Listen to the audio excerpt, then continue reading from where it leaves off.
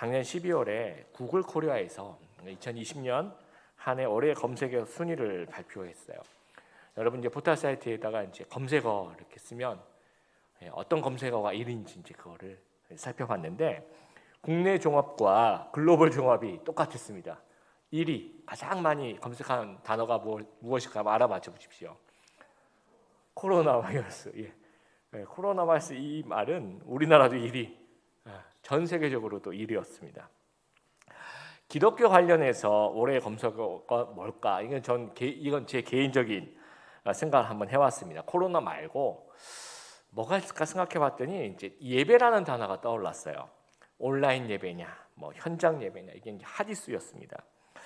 지난 저희가 이제 11주 동안의 온라인 예배를 드리다가 오늘은 이제 12주 만에 올해 이제 첫 현장 예배를 드려요.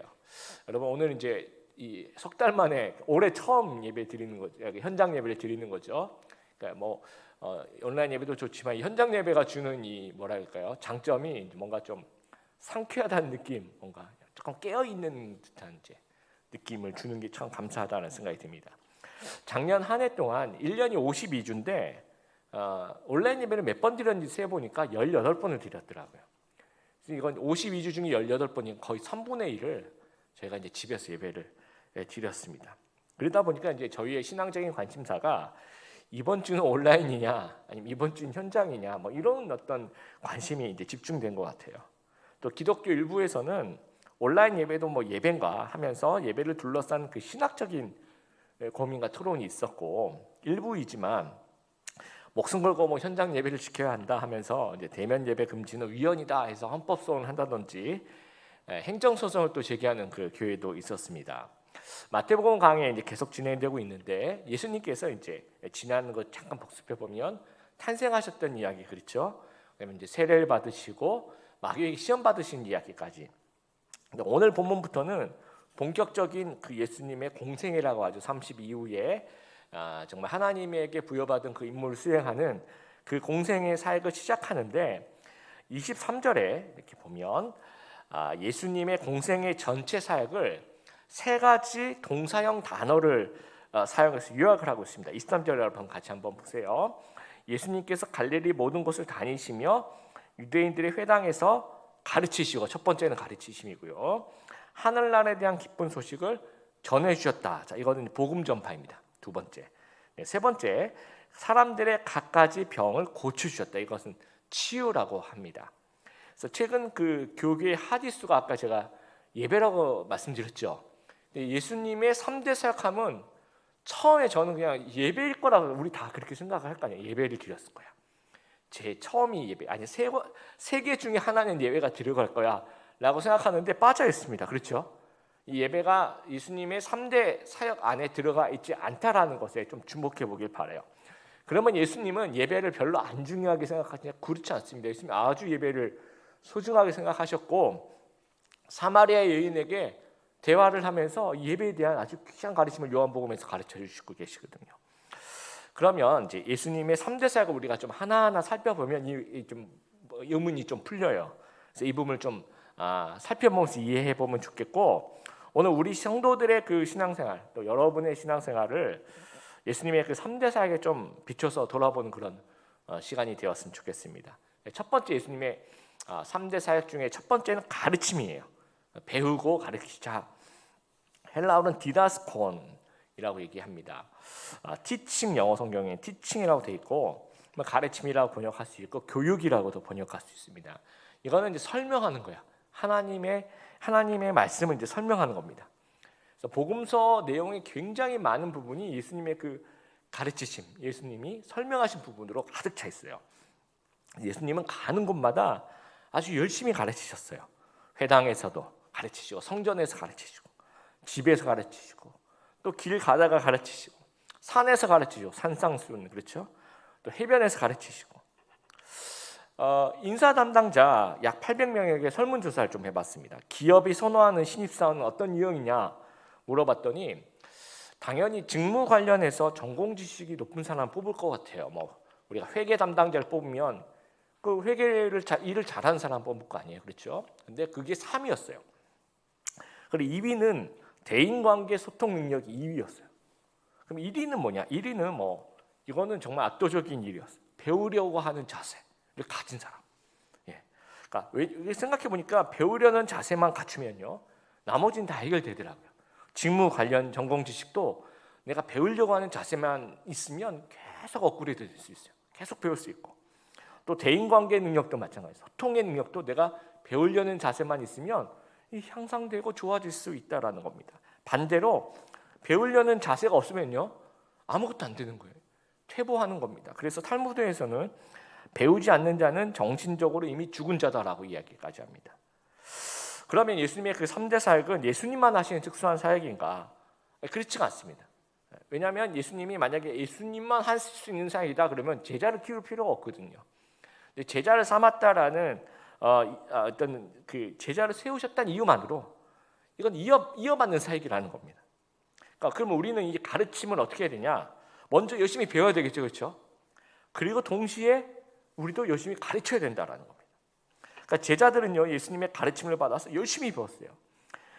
사도행전 4장 13절 여러분 이제 주일 설교 노트 주보에 보시면 한번 읽어보겠습니다. 시작.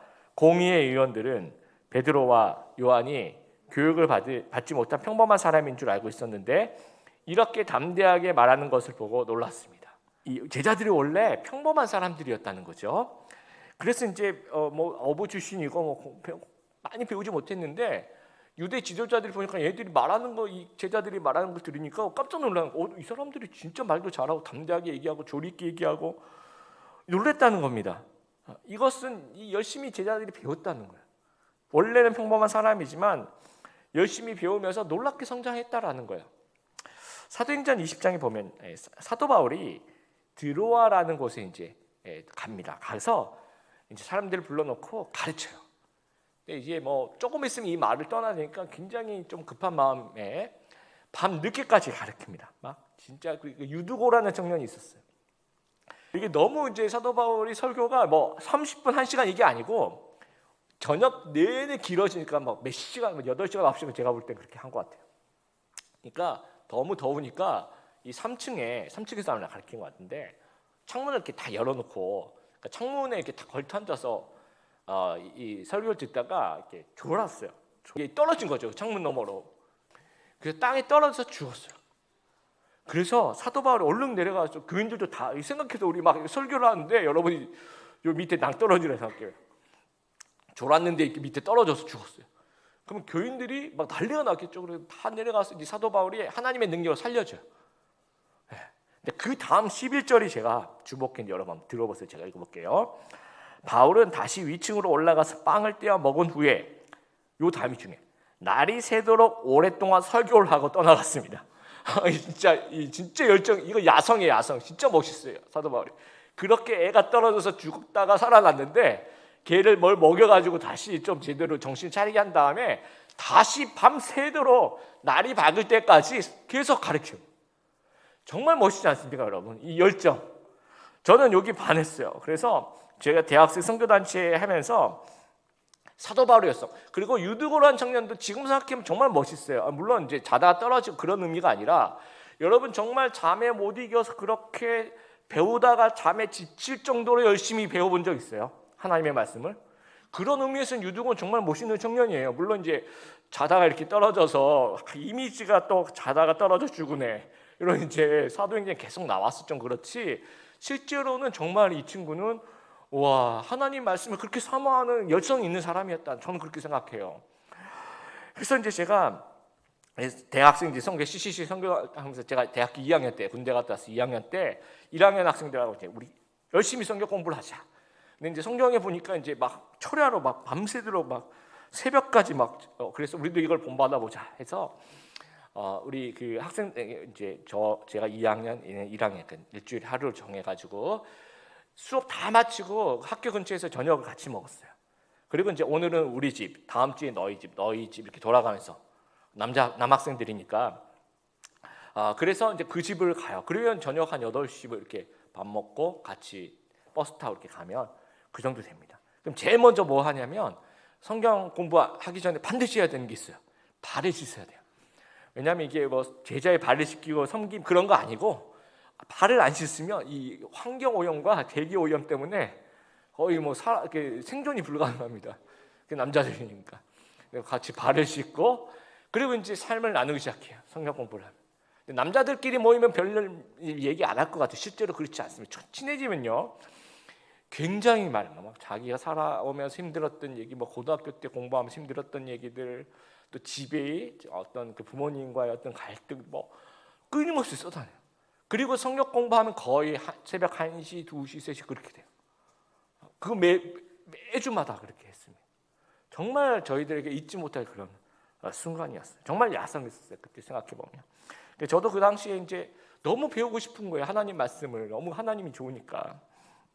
가르쳐 준 사람이 없어. 우리 교회, 제가 다녔던 교회는 제자훈련이라는 것도 없었고, 뭐 성경 공부도 거의 없었고, 그때 이제 제 담당 그 청년부 목사님한테 뭐 물어보면 그 모른다 그러고 얘기하면 되지. 꼭 이 책을 한번 읽어봐 하면서 이렇게 책을 소개시켜줘. 그 사주는 것도 아니야. 그냥 제목만 얘기해 주는 거야. 그 생명의 말씀, 지금 광화문에 있는 생명의 말씀 그렇게 많이 가서 그 이제 이 책을 읽어보라는 거 그리고 봐서 이렇게. 그때는 이제 그 기독교 관련 서적이 지금 굉장히 많은데요. 그때는 그렇게 많지는 않았어요. 그래서 이제 몇 개 보면 그래 이거 읽어보면 되겠다. 그래서 독학하면서 책을 정말 많이 읽었던 것 같습니다. 그래서 이번에 제가 저희 집에 이사를 갔는데 이사를 가면서 제가 이렇게 발견한 건데 제가 이제 그 당시에 여기 이제 1992년 3월이라고 써 있습니다. 제가 이제 군대 갔다 와서 대학교 2학년 때 같아요. 제가 그 동안에 읽었던 신앙서적 160권을 이제 나 혼자만 가지고 있으면 안 되겠다. 그래서 신앙도서 가이드라는 이 조잡한 이걸 제가 만든 거예요. 제본을 해가지고 성경에 대한 거, 전도에 대한 거, 영적 성숙에 대한 거 이렇게 분류를 하는 거. 기독교 세계관, 사회 참여, 하나님 나라, 제자훈련, 성교 교회, 교회사 이걸 이렇게 만든 거예요, 제가. 그래서 저희 교회 청년부 애들한테 막 나눠주고 제가 이게 이사하면서 이걸 찾았습니다. 여러분 제가 이걸 자랑하려고 이렇게 가지고 나온 거 절대로 맞아요. 자랑하려고 가지고 나온 거 맞습니다. 예. 저도 깜짝 놀랐어요. 30년 전 추억을 이사하면서 이걸 어디다 쑤셔놨던 것 같아요. 발견했는데 정말 그 하나님 말씀을 배우고 가르치는 그 사역 너무 저한테는 좋고 행복하고 그런 참 많이 성장했던 시간. 여러분도 이 청년회 때 배우는 게 너무 행복하고 가르치는 것도 너무 행복하고 이 맛을 좀 느껴봤으면 좋겠어요. 그래서 배움에 대한 열정을 좀 가져보길 바라고 배움 안으로 쑥 들어가는 여러분 되었으면 좋겠어요. 그래서 우리 드림이교에서 제공하는 이 3가지 배움을 한번 제가 말씀드리면 이게 효과가 좋은 순서대로 제가 이렇게 얘기하면 첫 번째는 제자훈련과 사역훈련입니다. 제가 이제 늘 꿈꾸는 게 우리 드림이교에서 늘 제자훈련합니다, 사역훈련합니다. 그러면 우리 교육자들과 제가 뭐 전화 안 해도 막 구름대 같이 막 신청하는 거예요.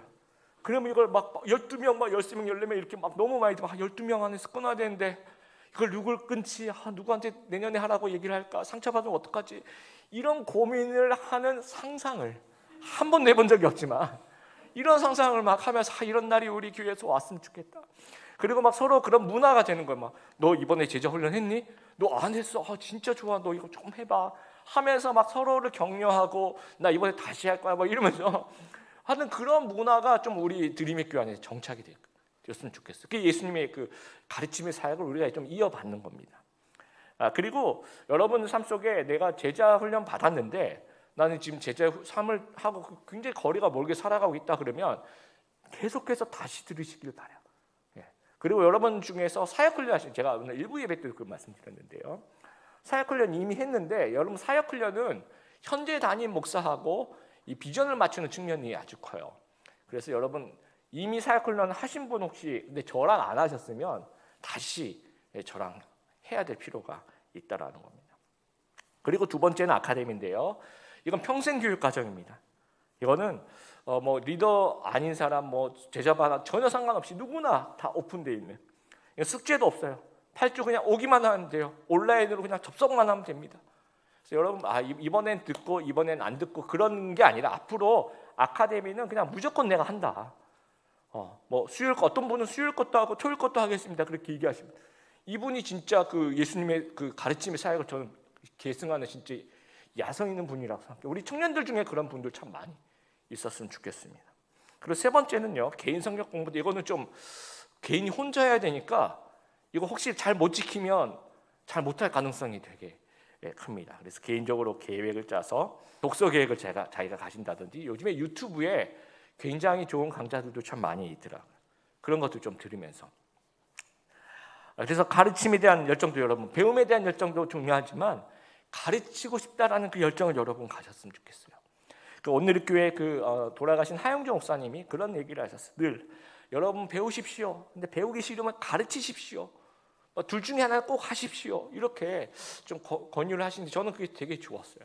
그 얘기를 듣는 게. 왜냐하면 그래서 이제 오늘 교회 그 당시 지금도 마찬가지지만 교회에서 세미나 우리 아카데미 같은 걸 하잖아요. 예를 들어서 큐티 강좌다. 그런데 가보면 목회자가 가르치잖아요. 집사님이나 장로님이 가르치는 너무 멋있지 않나요, 여러분? 네, 저희 교회도 그런 어떤 집사님, 장로님, 우리 청년들도 많이 무슨 큐티 강의는 뭐 우리 청년 중에 한 명이 하는 거예요. 이런 너무너무 이런 티처, 그러니까 평신도 티칭하는 사람들이 많이 나왔으면 좋겠습니다. 그리고 이 두 가지를 다 해야 돼요, 여러분. 여러분이 계속 배우면서 동시에 내가 배우고 난 다음에 가르쳐 이게 아닙니다. 배우면서 동시에 가르치는 거. 그래서 이 가르치는 자리를 좀 사모했으면 좋겠어요. 이 리더의 자리, 그 축복받는 자리입니다. 그래서 정말 하나 이 축복을 이번에 꼭 받아야지 이렇게 여러분 마음 먹는 그런 여러분 되시기를 바라요. 두 번째는 복음 전파입니다. 믿었으면 선포하고 전파하자라는 거예요. 헬라어의 캐리손이라고 이제 이야기를 하는데요. 프리칭이라고 번역하기도 하고 프로크레임이라고 번역을 합니다.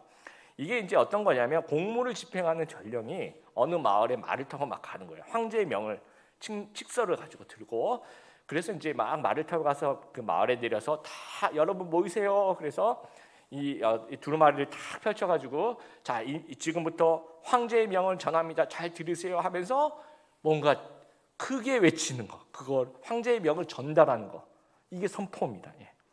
그러면 설교 아까 그 프리칭이 이제 복음 전파라는데 설교는 어느 정도 있느냐 하면 이 앞에 1번 그 가르침과 2번 복음 전파를 둘 다 포함해요. 설교는 하나님의 그 가르침을 설명하는 그런 기능도 있어요.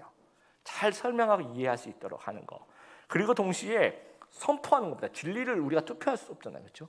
예수님 하나님의 아들이고 선포하고 예수님이 죄에서 우리를 구원하셨다라고 선포하고 죽음에서 부활하셨다라고 그 선포하는 기능이 있다라는 거예요. 이 선포의 내용은 17절에 남아 있는 그 회개하라 하나님 나라가 임했다라는 거예요. 믿고 구원을 받으라는 겁니다. 그래서 우리가 이제 복음 전파에 대해서 오해하고 있는 것이 음식점 같은 경우에 이렇게 생각하는 분도 있잖아요. 광고로 인해서 막 맛집을 만들어내는 것보다는 광고조차 필요 없는 진짜 맛집을 한번. 그러면 사람들이 막 굳이 전파할 필요 없이 막 올드한 방식처럼 이렇게 광고하고 이런 거 말고 오히려 광고하면 역효과가 나니까 알아서 찾아오는 게 최고야. 교회도 이런 거야. 교회도 그냥 괜히 또 이렇게 하는 것보다 자기가 알아서 오는 그게 진짜라고 생각할 수 있습니다. 이 말이 틀린 말은 아니에요. 이런 측면도 있어요. 하지만 복음 전파의 기본 원리는 아닌 거예요. 왜냐하면 예수님이 만약 이게 진짜 기본 원리라면 예수님도 가만히 있었어야 되는 거죠. 알아서 찾아오는 거. 내가 예수님이 너무 사역을 잘하니까 알아서 찾아오는 거예요. 근데 그렇지 않고 예수님은 가시는 곳마다 선포하셨던 거예요. 가시는 곳마다 아주 열심히 선포하셨어요. 전파하셨어요. 그리고 제자들도 가는 곳마다 예수님의 가르침을 받아서 아주 열심히 전파했다라는 거예요. 왜 그럴까요? 그렇게 하신 이유는 죄는 우리를 무지하게 만들기 때문에. 그러니까 선포하지 않으면 모르는 겁니다. 그래서 로마서 10장 14절 여러분 주일 설교 노트에 있는데 같이 한번 읽어볼게요. 없으면 제가 있는 거 들어보세요. 그러면 그들이 믿지 않는 분을 어떻게 부를 수 있겠습니까? 또 그들이 들은 적이 없는 분을 어떻게 믿을 수 있겠습니까? 그들에게 선포해 주는 사람이 없는데 어떻게 그들이 들을 수 있겠습니까? 전파하는 사람이 없으면 들을 사람이 없다라는 겁니다. 우리나라 영적 현실이 지금 굉장히 안 좋아요, 여러분. 일단 기독교 퍼센티지가 계속 감소하고 있습니다. 2015년 성인 기독교 분포율이 21%라고 한국 갤럽이 얘기하면 되게 많은 것 같은데 실제로 더 깊이 들어가 보면 그렇지가 않아요. 한국 대학생 선교회가 2015년 청소년 기독교 분포율을 발표했는데 그게 3.8%예요. 그리고 예장 통합 총회 보고서 저희 교회는 예장 합동, 여기는 예장 통합 총회 보고서에서 2016년 교회 안에 청년들이 어느 정도 분포가 돼 있냐 봤더니 조사가 2.19%예요. 그럼 무슨 얘기냐면 교회 안에 100명이 있으면 그 중에 한 2명 정도가 청년이라는 얘기입니다. 아주 심각해요. 점점 우리 기독교가 미전도 형독화되어 가고 있습니다. 그러면 이제 사회 분위기도 되게 심각해져요. 팬데믹 상황에 교회 그 부정적 이미지가 증가하면서 여러분 복음 전하기 좋은 상황입니까? 아니면 복음 전하기 굉장히 어려운 상황입니까? 복음 전하기 굉장히 어려운 상황입니다. 그때 우리가 좀 잘못된 결론을 내리면 지금은 아니다. 때를 기다리자 이렇게 되는 거예요. 근데 올바른 결론은 그게 아니에요. 올바른 결론 디모데후서 4장 1절 같이 읽겠습니다. 시작. 너는 말씀을 전파하라. 때를 얻든지 못 얻든지 항상 힘쓰라. 역사적으로 복음 전하기 좋았던 때는 한 번도 없었습니다. 늘 안 좋았어요. 아까 그 영상에서 1885년 아펜젤러 선교사님 또 언더우드 선교사님이 한국에 처음 왔을 때 정말 그 한국은 격변의 시기, 갑심장변이라든지 하여튼 지금 우리가 그 상황에서 그 선교사님들이 어떻게 복음을 전했을까 했을 정도로 지금보다도 2배, 3배 어려운 시기였다라는 거죠. 자, 신발을 판매하는 세일즈맨이 이제 아프리카에 어느 그 부족에 갔어요. 갔더니 전부 다 그냥 신발 안 신고 맨발로 지내고 있는 거예요. 그랬을 때 2가지 보고가 올라옵니다. 하나는 어떤 사람은 이제 똑같은 상황을 보는데 아무도 신발 안 신으니까 우리가 신발 이거 못 팝니다. 그렇게 보고를 하고 또 어떤 사람은 사장님 아무도 신발 안 신으니까 이거 정말 기회의 땅입니다. 우리가 얘네들한테 신발 다 팔 수 있습니다. 이렇게 똑같은 상황을 보고 보고를 하는 겁니다. 그러면 우리가 지금 언처치드라고 얘기하는 교회를 안 나가는 사람이 80, 90% 되는 그런 시기에 우리가 살고 있는 거잖아요. 그러면 우리가 하나님께 뭐라고 보고할 것 같아요?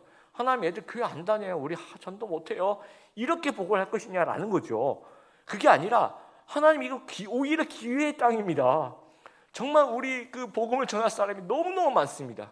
이 기회를 우리에게 허락하여 주시옵소서. 이렇게 긍정적으로 바라봐야 되는 것이 맞다라는 겁니다. 복음 전파 또 이 선포의 마음이 이제 기본입니다, 여러분.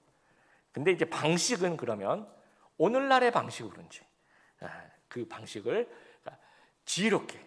제가 이제 미국에서 공부할 때 미국 교회들을 보면서 되게 이렇게 좋았던 것인데 윌로크릭이라든지 세들백 교회 가봤습니다. 그리고 윌로크릭 같은 경우에는 제가 한 2달을 작심하고 이렇게 다녀봤던 기억이 나요. 그때 이제 한국 교회에 없었던 굉장히 신선했던 것이 문화적으로 접근하는 거예요. 왜냐하면 이제 교회 자체가 막 18세기, 19세기 막 유럽 그런 문화로 예배를 드리고 있으니까 되게 고리타분했던 거죠. 그래서 이제 완전히 신사도적 교회가 이제 나오면서 이머징 교회 얘기도 나오고, 그래서 굉장히 이제 현대식으로 예배 드리는 그 윌로크릭과 세드백 교회를 보면서 야, 우리 한국 가서 저런 이제 무브먼트 일으켜야 되겠구나. 그런 생각을 하면서 한국에 왔어요.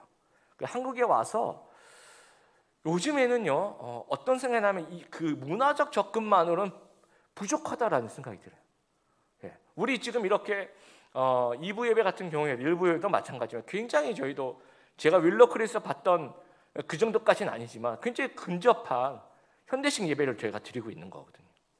근데 뭐가 부족할까 아주 오랫동안 제가 고민하면서 이게 이제 용어를 어떻게 만들까 제가 고민을, 아직 그 100% 확정된 용어는 아닌데 개념은 이런 거예요. 국민 정서에 대한 공감 능력이라는 거죠. 이게 지금 한국 교회는 필요하다라는, 문화적으로 아무리 그 문화적 접근을 해도 국민의 정서를 공감하지 못하면 그러면 이게 복음 전파의 그 방법적인 면에서 잘못 다가가고 있는 거예요. 효과가 없다라는 겁니다. 최근에 어느 한 교회에서 뭘 교인들에게 나눠주려고 했냐면 명함 크기로 카드를 만들었는데 안티 코로나 바이러스 카드라고, 이게 무슨 대학 교수가 제작했는데 디지털 3D 파장이 남아가지고 이걸 몸에 지니고 있으면 그 코로나 안 걸린대요. 그래서 그거를 어느 분이 헌금을 하셔가지고 그 교인 수만큼 샀대요. 그래서 그거를 이제 주일날 오면 나눠주겠다고 그 전날 광고를 한 거예요. 그러니까 이제 그 광고를 들은 교인들도, 그 교회가 좀 크다 보니까 그 얘기를 들은 신문 기사들이 다 갖기에 완전히 그냥 도배를 했어요. 이게 정신이 있는 짓이냐 없는 짓이냐, 지금 이 시국에 지금 뭐 하는 짓이냐 하면서. 여러분 그런 얘기 들으면 어때요? 부끄럽죠, 그렇죠? 우리 같은 기독교인인데도 부끄러워죠. 이게 이제 그 교회가 국민의 어떤 그 정서를 못 따라간다고 하는 그 증거가 되는 거예요. 급변하는 시대에 우리 올드한 사고방식을 지금 갖고 있는 겁니다. 그래서 옛날에 한국 초창기에는 이 사회를 선도해 나가는 세력이 기독교였어요. 근데 지금 혹시나 우리가 사회 발전을 저해하는 세력은 되지 않는 거예요. 왜냐하면 우리가 아무리 문화적 접근을 해도 국민들이 같이 공감하는 것도 같이 느끼면서 이걸 이끌어 나가야 되는 거예요. 그걸 못하고 국민들이 이렇게 생각하는데 자꾸 부끄러운 행동을 하는 거예요. 자꾸 부끄러운 행동. 그래서 막 방역수칙을 무시한다든지 대면 예배를 고집하면서 헌법 소송을 해요. 그게 저는 심정은 이해가 가거든요. 그런데 여러분, 이게 국민의 지지를 받을 수 있을까요, 과연? 우리 대한민국 국민들 지금 모두가 다 힘들어서 그걸 다 나름대로 막 참고 막 그러고 있는 사람들에게 이게 과연 공감을 가져다 주는 정말 지지를 이끌어낼 수 있는 모습은 저는 아니라고 생각해요. 그래서 이럴 때는 우리가 좀 억울해도 좀 참아야 돼요. 참고 이 사람들에게 이 교회에 대한 좋은 이미지를 계속 심어줘서 언젠가 이렇게 문이 확 열리기를 우리가 기도하고 기다리고, 그러면서 이제 그 틈을 바라보면서 이 복음을 전파해야 되는 게 맞는 거거든요. 근데 막 멱살 이런 식의 어떤 강대 강으로 가가지고는 어떤 선교적인 차원에서 보면 이건 아니라는 겁니다. 복음 전파의 열정을 기본적으로 우리가 마음에 품어보길 바라요. 그리고 문화적으로 접근하고 국민 정서적 공감 능력을 좀 무장하고 전도 대상자를 여러분 마음에 좀 품어보길 바라요. 올해도 제 마음속에 전도 대상자 2명을 좀 품었어요. 계속 연락을 할 거예요. 오늘도 연락을 했습니다. 그래서 담대하게 또 선포하고 또 지혜롭게 전하는. 그래서 온라인 예배부터 들어오라고 하면 되잖아요, 그렇죠? 나중에 때가 좋아지면 때가 안 좋아져요. 늘 우리 이럴 거예요. 그러니까 온라인 예배부터 오라고. 그렇게 우리가 좀 지금부터 좀 선포하는 저희들 되었으면 좋겠습니다. 세 번째는 치유입니다. 치유받으며 치유하자. 헬라어로 테라페온, 테라피, 여러분 들어보셨죠? 무슨 테라피 이렇게 얘기하죠. 그게 이제 헬라어 치유하다에서 나온 영어 단어입니다. 치료하다, 치유하다, 힐링이라고도 합니다. 어둠의 세력에 사로잡혔던 것들에 대한 치유, 창조 질서의 고장, 그것을 가만 놔두지 않고 고치는 것, 이걸 우리가 이제 회복이라고 합니다. 예수님은 굉장히 전능하신 하나님이시죠, 그렇죠? 그러니까 의료 혜택이 없던 시절에 직접 그냥 병을 고치시는 거예요. 그래서 24절에 여러분 한번 보세요. 24절에 예수님의 소문이 시리아 전역으로 퍼져나갔는데 사람들은 병든 사람 모두 데리고 예수님께 왔대요. 그들은 여러 가지 병으로 고통받고 있는데 통증, 귀신 들리고 간질병 걸리고 중풍에 걸리고 예수님께서 다 고쳐주셨어요. 이 복음서에 보면 예수님께서 정말 많은 병자들을 고쳐주세요. 근데 예수님이 의료 혜택이 없던 전능하신 하나님이시니까 이게 가능한 거죠. 그럼 오늘날 우리 성도들은 어떻게 해야 되냐? 물론 이제 우리가 기도하면서 이 병을 낫기를 기도하는 것 당연히 필요하지만 의료기관도 하나님이 주신 선물이에요. 의료인들도 하나님께서 우리에게 주신 거고, 그래서 이제 의료기관을 통한 치료, 또 우리가 할 수 있는 건 상담해 주는 거, 또 이 중보기도 해주는 거, 또 환대해 주는 거, 봉사하는 거, 섬겨주는 거, 도와주는 거, 이러면서 치유해 줄 수 있다라는 거예요. 그리고 내가 먼저 예수님의 치유 안으로 여러분 좀 들어가게 되길 바라요. 여러분, 현대인들은요, 누구든지 좀 상한 마음이 있어요. 누구든지 상실의 마음과 우울한 마음이 있습니다. 두려움이 있고 절망이 있어요. 이것을 우리가 하나님 앞으로 좀 가져가서 우리를 치유해 주시는, 치료해 주시는 그 하나님의 넉넉한 그 사랑을 좀 여러분 느끼게 되길 바라요. 그래서 다른 사람은 나를 상처를 주지만 하나님, 예수님 때문에 나는 좀 푸근하게 이렇게 나는 치유받는다. 나는 이 마음을 여러분이 좀 느끼면서 회복되길 바라요. 그리고 동시에 치유가 필요한 사람들 여러분 섬겨주는 거예요. 도와주고 위로하고 또 고쳐주려고 또 회복시켜주려고 노력하는 저희들이 되었으면 좋겠습니다. 아까 서두에 제가 3대 사역 중에 예배가 포함되지 않는 이유가 무엇일까? 퀘스천을 제가 드렸습니다. 그 이유는요, 3대 사역은요, 이 농사 짓는 과정이에요. 그러면 예배는 뭐냐? 이건 열매를 따는 겁니다. 그렇게 이해하면 좋을 것 같아요. 전파받고 구원받고 말씀 배우고 치유받은 자들이 자연히 모여서 하나님을 예배하는 거예요. 근데 복음서의 그 3대 사역이 사도행전과 서신서로 가면서 그게 교회와 예배의 모습으로 바뀝니다. 그래서 우리의 예배가 매너리즘에 자꾸 빠진다라고 생각이 드는데 뭐냐면 우리가 농사를 안 짓는 거예요. 이 3대 사역이 우리 안에 없으면 결과적으로 예배가 풍성해지지가 않는 겁니다. 근데 반대로 우리가 농사를 열심히 주면 열매를 맺는 거예요. 우리가 이 3대 사역 열심히 하면 예배는 계속 풍성해지는 겁니다. 그리고 예수님의 3대 사역은 어떤 결과를 가져왔습니까? 13절에 보니까 예수님이 이제 나사렛에서 갈릴리 근처 가버나움으로 가셨는데 가나안 지역에 들어갔을 때 땅 분배한 것을 보면 12지파가 이 땅을 다 분배를 받거든요. 그러면 이제 이 남쪽 지역의 유대 지역은 이제 유대 지파, 베냐민 지파 이런 게 이제 남쪽에 있고, 요 위쪽에 이 지금 이제 나사렛 가버나움이 있는 그 갈릴리 지역이라고 얘기하는 그 부분이 스불론과 납달리가 이제 땅을 분배받은 지역입니다. 12지파 중에서. 그래서 13절에 여러분 보시면 스불론과 납달리 지역의 갈릴리 호숫가라고 얘기하는 것이 이제 그 말이에요. 그리고 15절에 보니까 스불론 땅과 납달리 땅 호수로 가는 길목 요단강 건너편 이방 사람들이 사는 갈릴리. 그래서 16절 이곳 어둠에 사는 백성들이 어둠에 산다라고 얘기해요. 왜 어둠에 산다라고 한다면 열왕기하 15장 29절에 보면 북쪽 이스라엘 왕 베가라는 왕의 이제 재임 시절에 아스루 왕 디글랏빌레셋이 이제 전쟁을 합니다. 쳐들어오죠. 그래서 이 북쪽의 갈릴리와 납달리를 침범하고 점령해서 포로로 끌어가요. 그리고 이 지역을 완전 토토화시킵니다. 그래서 이방인 지역으로 만들어놔요. 그래서 이 이스라엘 사람에게는 이 지역이 굉장히 볼품없는 지역이고 변방이고 외딴 시골이 되어버린 거예요. 그러니까 어둠이라고 표현할 수밖에 없는. 그래서 예수님이 이제 어디 출신이냐? 그럼 나사렛 예수야. 그럼 나사렛에서 선한 것이 났을 수 이렇게 얘기를 하죠. 그만큼 이 지역이 낙후되고 완전히 어둠 속에 있는 그러한 변방이라고 여겨졌다라는 겁니다. 그곳에 어두움의 백성들이 큰 빛을 보았다라는 거예요. 그러니까 그 지역에 변방의 흑암의 지역으로 예수님이 찾아오셔서 이 3대 사역을 하시는 거 가르치시고 복음을 전하고 치유하고 그랬더니 이제 이 흑암의 큰 빛이 비치는 거예요. 여러분 25절 보세요. 갈릴리, 데가볼리, 예루살렘, 유대 그리고 요단강 건너편에서 온 사람들이 예수님을 따랐대요. 이 당시에 중심이 어디입니까? 예루살렘이잖아요. 근데 예수님이 예루살렘에 없고 가장 변방이 갈릴리에 있었던 거예요. 그러니까 사람들이 전부 다 예루살렘에 있는 사람도 가고 유대에 있는 사람도 갈릴리, 그 옆에 있는 모든 지역에 있는 사람이 전부 다 갈릴리로 예수님을 찾아가는 겁니다. 이 흑암이 이게 어둠 속에 있는 백성이 큰 빛을 보는 겁니다. 변방의 갈릴리가 당대의 중심지가 되는 겁니다. 변방이 중심지가 되는 거예요.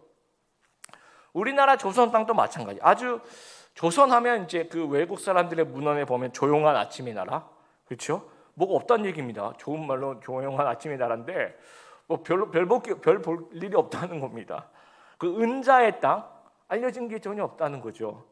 근데 선교사들이 복음을 들고 찾아와요. 그리고 선교사님들이 예수님이 하셨던 그 3대 사역을 그대로 예수님의 제자들이니까 그대로 합니다. 그래서 가르쳐요. 학교를 세워서 체프를 만들어서 거기서 복음을 선포를 합니다. 아펜젤러 선교사님이 배제학당, 지금 배제고등학교, 배제대학교를 설립하시죠. 언더우드 선교사님이 연희전문학교, 지금은 연세대. 또 스크랜턴 선교사님이 이화학당, 지금의 이화여대입니다. 그리고 사무엘 모페 선교사님이 지금 우리 교회 뒤에 있는 숭여대를 설립을 하세요. 그 외에 굉장히 많습니다. 학교들이. 그리고 복음을 전파해요. 교회를 세워요. 아펜젤러 선교사님이 정동제일교회를 세우죠. 언더우드 선교사님이 세문안교회를 세우죠. 이 전국적으로 선교사님이 세운 교회들이 상당히 많이 있습니다. 서울뿐만 아니라 지방에 갈수록 굉장히 많이 있습니다. 또 치유를 하기 위해서 병원을 세웁니다. 알렌 선교사가 와서 서양 의술을 들어오죠. 그러니까 이제 이 광해원을 나라에서 지워져요. 그래서 알렌이 거기서 일을 하죠. 그 광해원이 제중원이 되죠. 그 제중원이 세브란스 병원이 되는 거예요. 오늘날의 세브란스 병원. 그 선교사가 세운 병원 정말 많습니다. 대구 동산병원, 원주 기독병원, 전주 예수병원.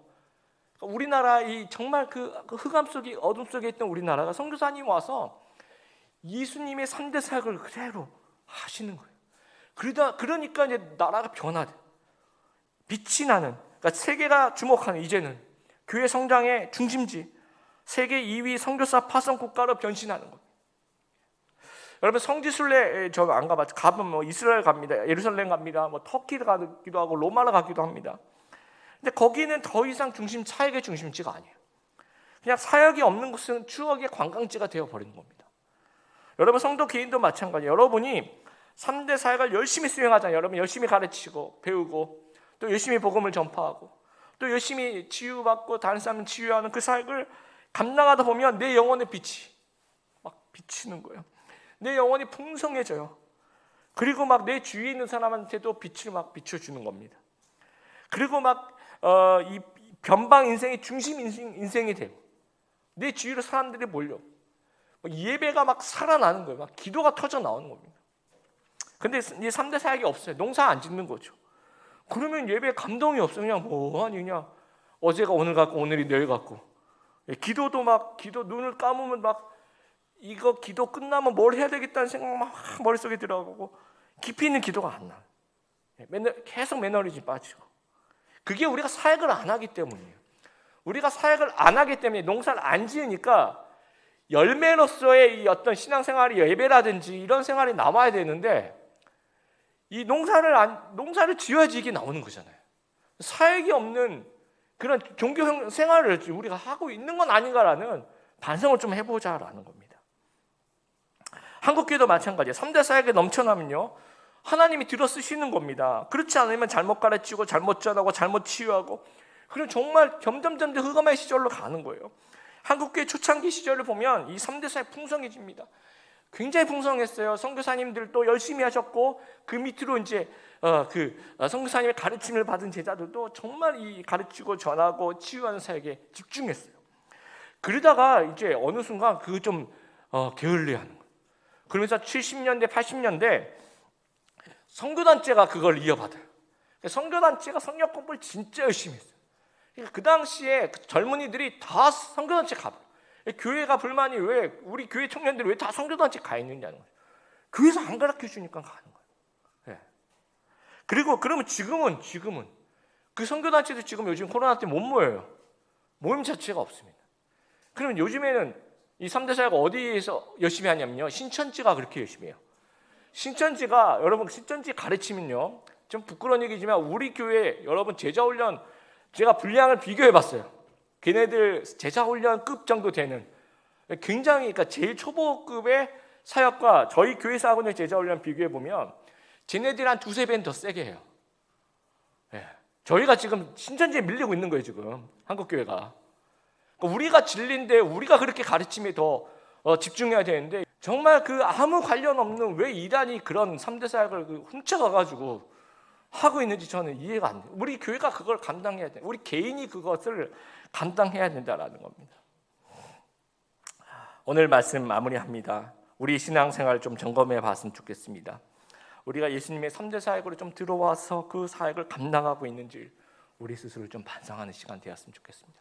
우리 같이 한번 따라하게 해보겠습니다. 사역하는 성도가 되자. 여러분 정말 사역하시는 그런 성도가 되기를 바라고 교회 다니는 것에 좀 만족하지 말고 be the church, 교회가 되는데 내가 교회예요. 내가 움직이는 교회예요. 교회가 되는데 좀 집중하는 여러분 되시길 바랍니다. 그래서 예수님의 3대 사역이 우리 안에 역사되고 또 동시에 역사하는 사역으로 좀 역동적으로 나타나는 그래서 배우고 가르치는 일에 열심을 내는 우리 성도님들 되시길 바라고 복음을 열심히 전하는 우리가 되길 바랍니다. 그리고 하나님으로부터 치유를 경험하고 회복하고 동시에 타인을 회복시키는 그런 치유자 다 되시기를 주님의 이름으로 축복합니다.